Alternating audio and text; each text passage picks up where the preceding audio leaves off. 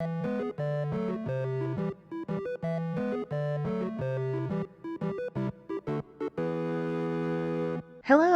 and welcome to Steffoodle. I am, royally, Steph, and I got to work together with several of my doll friends here on YouTube for a really fun collab. Disney Princesses meets Dungeons & Dragons. I'd seen a few cosplay groups do similar mashups, and I thought it was such an interesting idea. We each chose a different Disney princess and could make them as any D&D species or class as long as they were recognizable. I ended up choosing Rapunzel and made her a human monk. I'll explain my reasoning later, but for now, let's get to the doll. I thought that a Disney Illy Forever doll would be perfect for this custom. They have really cute faces, and the ones from the Disney store have inset eyes, which I thought would be fun to work with. I removed the doll's head and get rid of her hair, and while it is mostly blonde, it's nowhere near long enough for Rapunzel.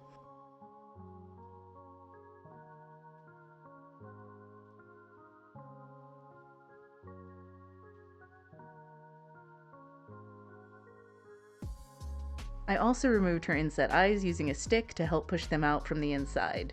Apologies for the body horror.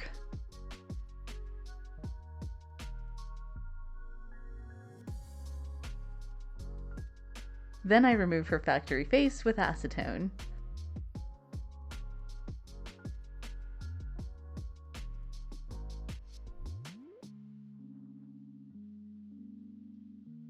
I'll be blending these two colors of saran to make the perfect honey blonde.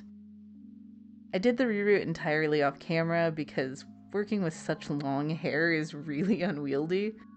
Because the head is so hard, I heated it up to soften the vinyl before I put glue in the head so that it would be easier to spread it around and make sure every plug is covered. Then I'll set it aside to dry. And here's how it looks after a boil wash. It's so long. I need to take care of the eyes next. Similar to Rainbow High eyes, the irises are printed on paper and glued to the plastic. To remove the paper, I let the eyes soak in some isopropyl alcohol overnight. The next day, I can use a stick to help remove the paper irises. I'm really surprised that the white paint mostly stayed intact though. I used paint pens to color the irises on the back of the eyes where the paper was. I have to work in reverse for everything to show up correctly, so I start with the catch lights, then the pupils, then the lightest color of the irises. Then I fill in the whole area with the darkest color, a glittery green. Then I go over that with white and fill in any areas in the sclera where the paint may have rubbed off from the alcohol bath. And when I flip the eyes over, they look like this. Not too bad for such teeny tiny eyes. I heat up the head again with my hairdryer and work on putting the eyes back in the head.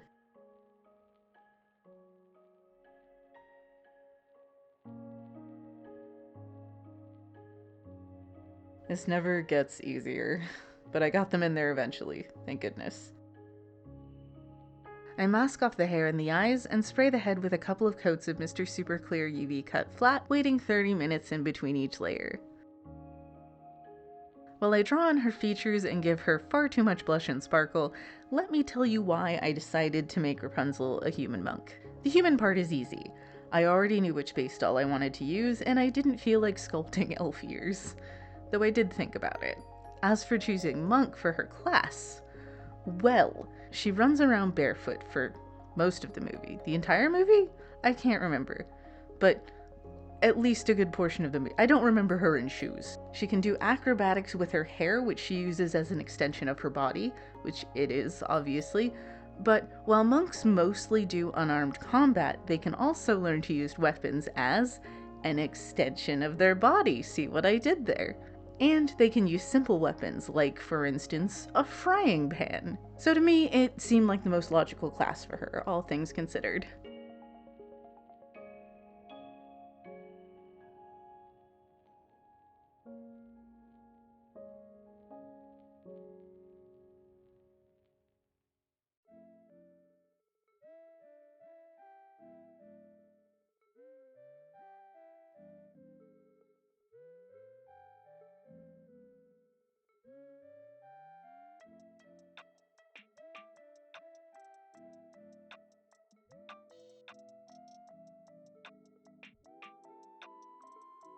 Do you enjoy the fantasy setting of Dungeons & Dragons, but also long for the coziness of a coffee shop AU? Well, there's a book for that. Legends and Lattes by Travis Baldree is about an orc named Viv giving up the life of a mercenary and settling down to open a coffee shop. Hijinks ensue. There's also a prequel called Bookshops and Bone Dust, but I definitely recommend reading Legends and Lattes first. I think these two books were in my top 5 this year. Let me know if you've read them. And if you have, let me know who your favorite characters are. Obviously, I love them all, but I feel kind of a special kinship with Thimble. If you know, you know.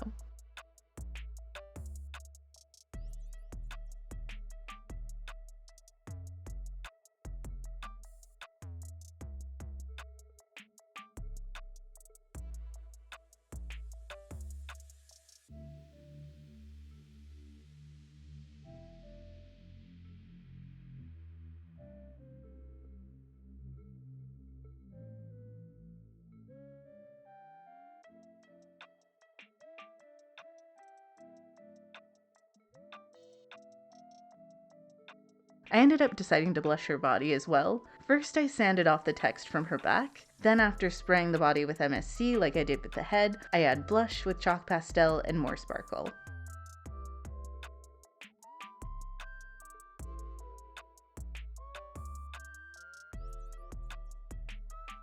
And now we can go back in time to when I made her clothes.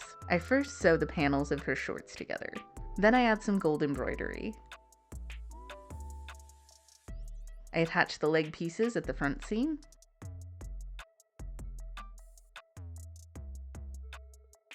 Now I can add the cuffs and the waistband.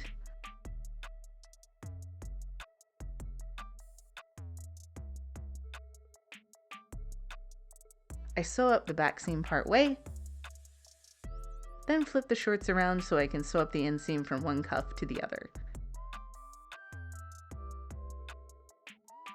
And lastly, I'll add a snap closure. Her top starts in a similar way, attaching the sides of the bodice to the front panel, then hemming the neckline and adding gold embroidery.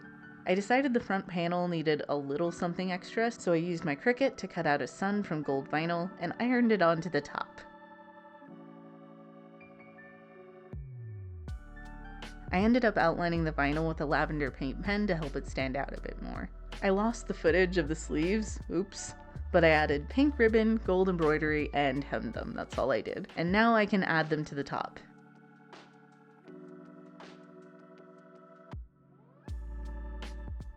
Next, I sew up the side seams.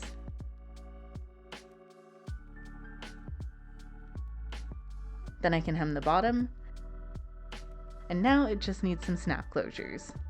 And here's the finished outfit. I think it turned out super cute. I really love the pink, purple, and gold together.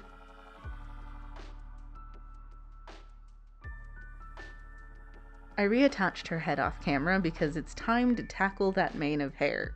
I ended up making braids and adding ribbon and braiding the braids into a bigger braid, braidception, if you will.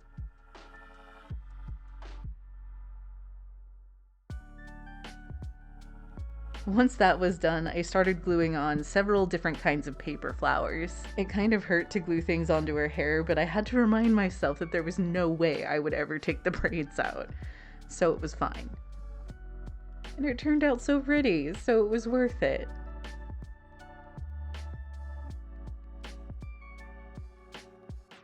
The last thing to make is her frying pan. I'm going to be using worbla, but first I need a shape to form the worbla around, if that makes sense.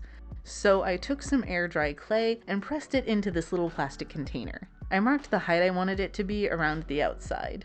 Then I set it aside to dry. A couple of days later, and I have this little angled puck. I used my hairdryer to heat the worbla and mold it around the form that I made.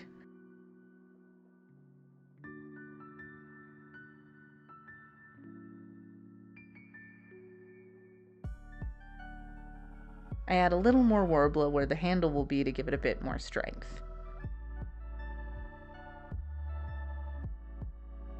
I let it cool, then pop out the form.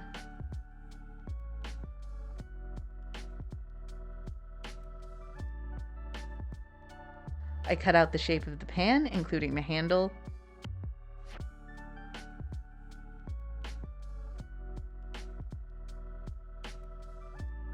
And I occasionally heat the worbla again so I can mold and soften the edges. Once I'm happy with how it looks, I paint it black. Even though it's black worbla, it looks kind of gray, so it's good to make it all just one uniform color. And I seal that in with matte Mod Podge. And that's everything. She's done. Cue the photos. I ended up having to suspend her hair with clear thread in 2 places when I took these, because her hair is so heavy it makes her head flop back, which I knew was probably going to happen, but I didn't see any way around it that would work for what I wanted to do. But I love how she turned out regardless. She's super cute. What do you think of my D&D version of Rapunzel? Would you play as her in a game? Let me know what princess you would choose and what species and class you would go with. It was really fun seeing what all my friends came up with for this collab. Speaking of, please go and check out the other amazing dolls from Doll Afterlife, ValkittysWorld, His Name is Akin, Dollyana, and Witchy Pink, aka Rock Puppets. Everyone was so creative and all of the dolls look amazing. If you like this video, give it a thumbs up, subscribe if you'd like to see more from me, and click the bell icon and turn on all notifications so you'll know whenever I post a new video. These are all my socials, which will be linked down below. I'm most active on Instagram. I want to give a massive thank you to the Big Kapowski who supported me over on Ko-fi a little while ago. And if you really like what I do and you want to buy me a coffee or help me afford more supplies, you can find a link to my Ko-fi tip jar in the description down below, or you can click on the super thanks button right below this video. And until next time, which will be way sooner than you think, bye!